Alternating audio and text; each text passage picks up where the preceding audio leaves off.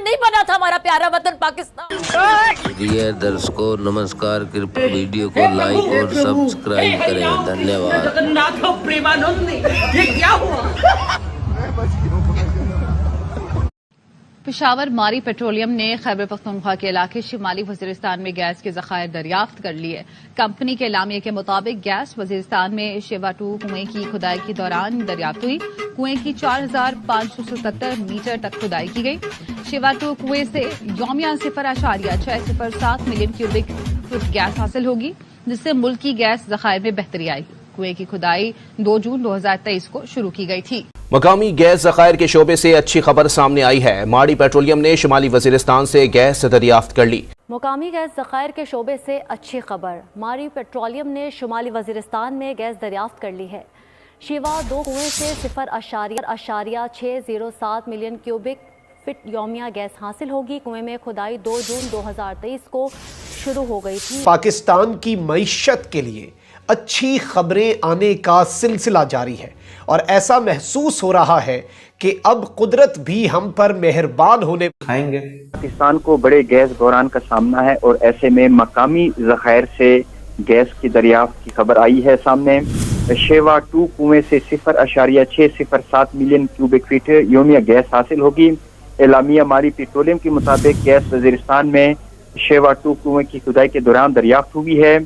शेवा 2 कुएं की खुदाई 2 जून 2023 को शुरू की गई थी। कुएं की 4577 मीटर तक खुदाई की गई, जिसके बाद ये ज़खायर दरियाफ्त हुए हैं।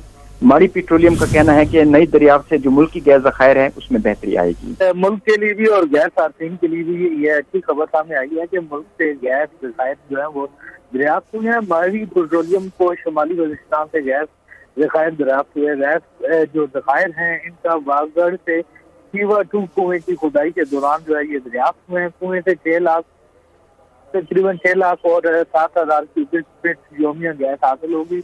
और शिवा 2 कुएं की खुदाई जो है वो 2 जून 2023 को शुरू की गई थी। कुएं की 4577 मीटर तक खुदाई की गई। नई दरियाफ्त से मुल्की ज़खायर गैस ज़खायर में जो है वो बेहतरी आएगी। पाकिस्तान के हवाले से अब तक की जो तेल और गैस के ज़खायर, इससे पहले भी बहुत सी खबरें आती रहती हैं और पाकिस्तान के अंदर जिस तरह से हम पहले भी बहुत मरतबा बता चुके हैं कि ये गवर्नमेंट पिछले 3-3.5 साल में बहुत ज़्यादा कोशिश कर रही है कि ब्लॉक्स दिए जाएं, उन्हें ऑक्शन किया जाए और तेल और गैस के ज़खायर दरियाफ्त किए जाएं। अब उस हवाले से वो खबर आ गई है जिसका पूरी पाकिस्तानी कौम को इंतज़ार था। Pakistan land port authority to be functional सून।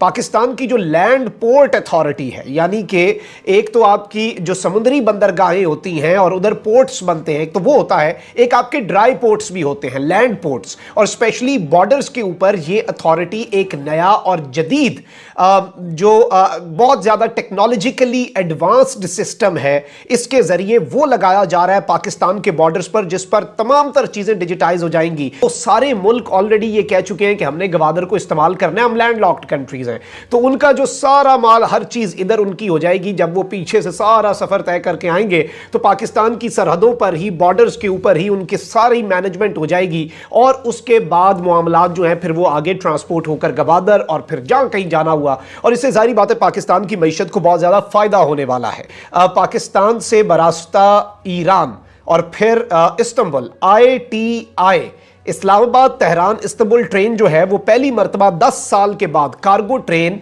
चली और 13 दिन पहले वो चली थी। और इस हवाले से अब TRT वर्ल्ड, टर्की का जो सरकारी न्यूज़ चैनल है, उसने खबर दिया और आप ये खबर देख सकते हैं। Pakistan Iran Turkey cargo train reaches Ankara after 13 day journey. 13 दिन का सफ़र तय करने के बाद अल्हम्दुलिल्लाह बखैर आफियत वो हमारी जो ट्रेन है वो तुर्की पहुंच चुकी है। खुशामदीद कहा गया और तुर्की के जो ट्रांसपोर्ट और इंफ्रास्ट्रक्चर के मिनिस्टर हैं आदिल खशमगोलो, उन्होंने कहा कि ये रेलवे एक नया दौर में पाकिस्तान, तुर्की और ईरान का जो रूट है, इसमें एक नए दौर का ये आगाज होने वाला है। It will save time and cost compare to sea transportation between Pakistan and Turkey which takes 35 days.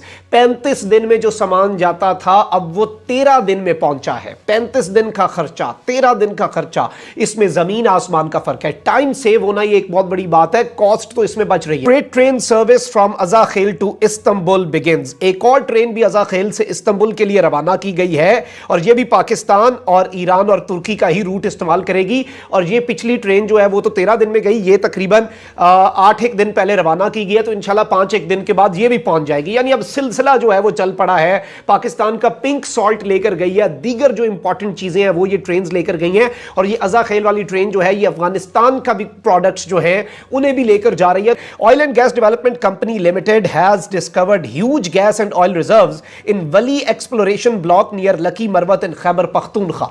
Khyber Pakhtunkhwa के इलाके लकी मरवत के करीब वली एक्सप्लोरेशन ब्लॉक्स होते हैं। ये ब्लॉक्स ऑक्शन भी किए जाते हैं, ये आगे कंपनीज को भी दिए जाते हैं कि वो यहां पर एक्सप्लोर करें, यहां पर गैस और तेल की दरियाफ्त करें। और इस सब के अंदर मैं ऑलरेडी एक चीज आपके सामने रख चुका हूं कि पीएमएलएन के 5 साल के दौर के अंदर एक भी ब्लॉक ऑक्शन नहीं किया गया था। पीटीआई लगातार अपने पहले साल में 15-20 और उसके बाद 25-30, तो ये टोटल 40-50 ब्लॉक 3.5 साल में ऑक्शन कर चुके हैं।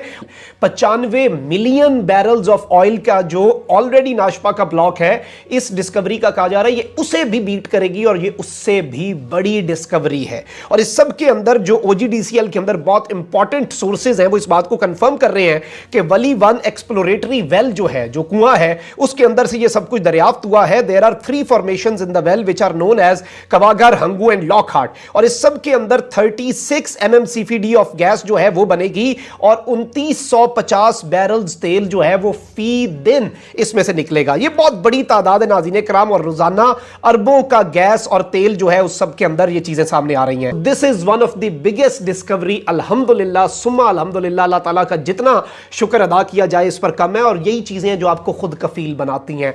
आप जब मुआशी तौर पर खुद कफील होते हैं तो फिर आप अपनी फॉरेन पॉलिसी में भी आज़ाद हो सकते हैं। बहुत सी हमारे लिए लिमिटेशंस हैं, कभी अरब दोस्तों की बातें बर्दाश्त करनी पड़ जाती हैं, कभी मदद लेनी पड़ जाती है, मईशत को सहारा देना पड़ जाता है, लेकिन इन तमाम तर चीज़ों से हमने इस मुल्क को निकाल